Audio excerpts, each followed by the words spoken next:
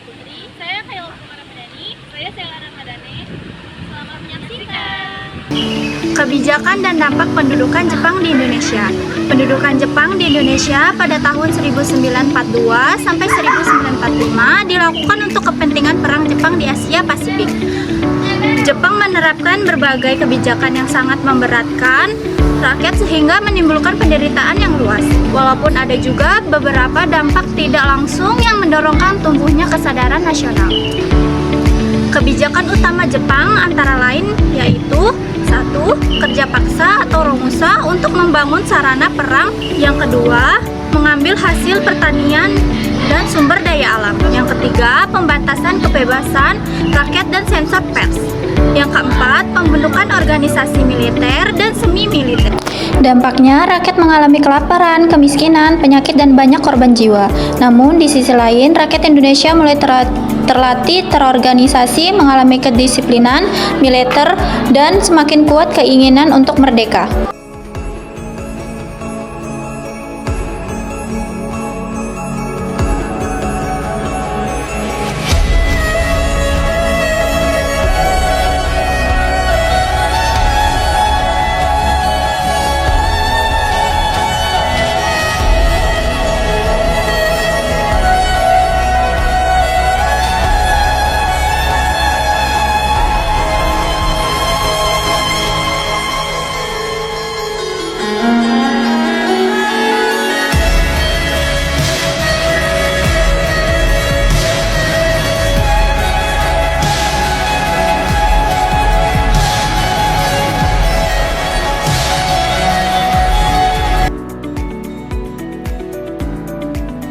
Bentuk-bentuk perjuangan meraih kemerdekaan pada masa pendudukan Jepang.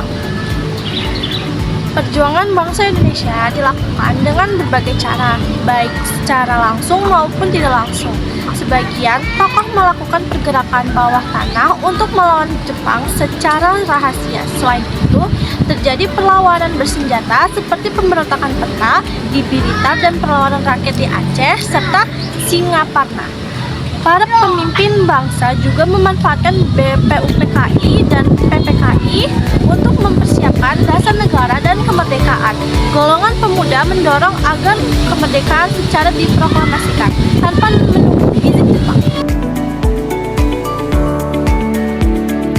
Perbedaan sikap antara golongan tua dan golongan muda mengenai kapitulasi Jepang dan rencana proklamasi kemerdekaan. Golongan muda menolak campur tangan Jepang dalam proses kemerdekaan, menginginkan proklamasi dilakukan secepatnya tanpa menunggu sidang PPKI, menganggap PPKI sebagai badan bentukan Jepang sehingga tidak mewakili kehendak rakyat sepenuhnya, berpendapat bahwa kemerdekaan harus merupakan hasil perjuangan bangsa Indonesia sendiri. Sedangkan golongan tua menginginkan proklamasi dilakukan melalui PPKI agar sah secara hukum dan teratur. Bersikap hati-hati agar tidak terjadi pertumpah darah dan konflik dengan Jepang. Mempertimbangkan kondisi keamanan karena tentara Jepang masih bersenjata, dipimpin oleh Soekarno dan Hatta. Perbedaan sikap ini menyebabkan terjadinya peristiwa Rengas Dengklok. Peristiwa penculikan Soekarno-Hatta oleh golongan muda agar segera memproklamasikan kemerdekaan, yang akhirnya mempercepat pelaksanaan proklamasi.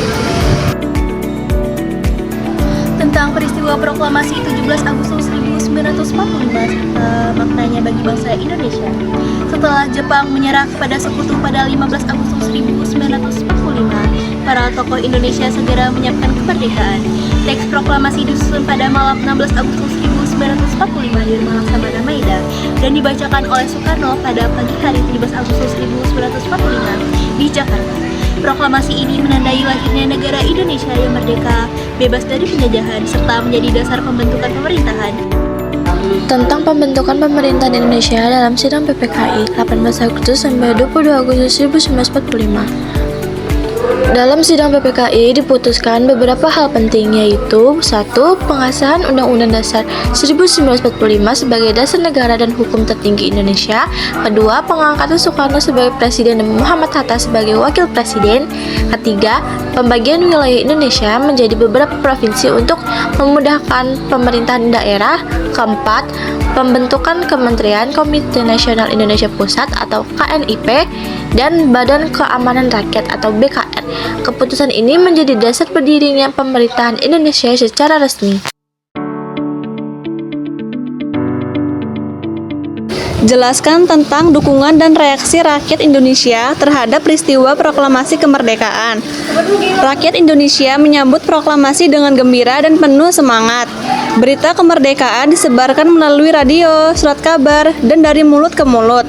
Di berbagai daerah, rakyat mengibarkan bendera merah putih, mengadakan rapat umum, serta membentuk badan perjuangan untuk menjaga keamanan.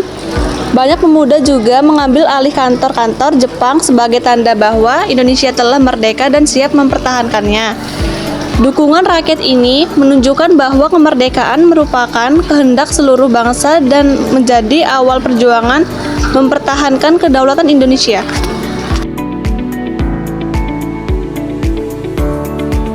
Sistem pemerintahan Indonesia pada masa awal kemerdekaan. Pada awal kemerdekaan, Indonesia menggunakan sistem pemerintahan presidensial, di mana presiden berperan sebagai kepala negara sekaligus kepala pemerintahan.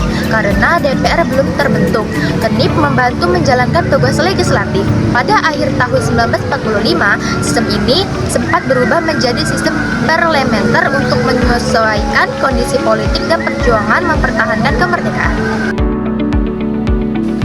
Pendudukan Jepang di Indonesia membawa penderitaan bagi rakyat melalui kerja paksa, kekurangan pangan, dan penindasan, tetapi juga secara tidak langsung menumbuhkan kesadaran nasional dan kesiapan bangsa untuk merdeka. Perjuangan kemerdekaan dilakukan melalui perlawanan rakyat, pergerakan politik, serta peran tokoh dan pemuda hingga akhirnya proklamasi 17 Agustus 1945 berhasil dilaksanakan.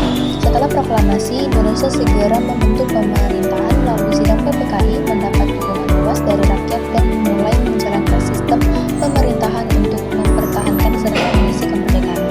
Sekian video yang sudah kami tampilkan. Mohon maaf bila ada kata-kata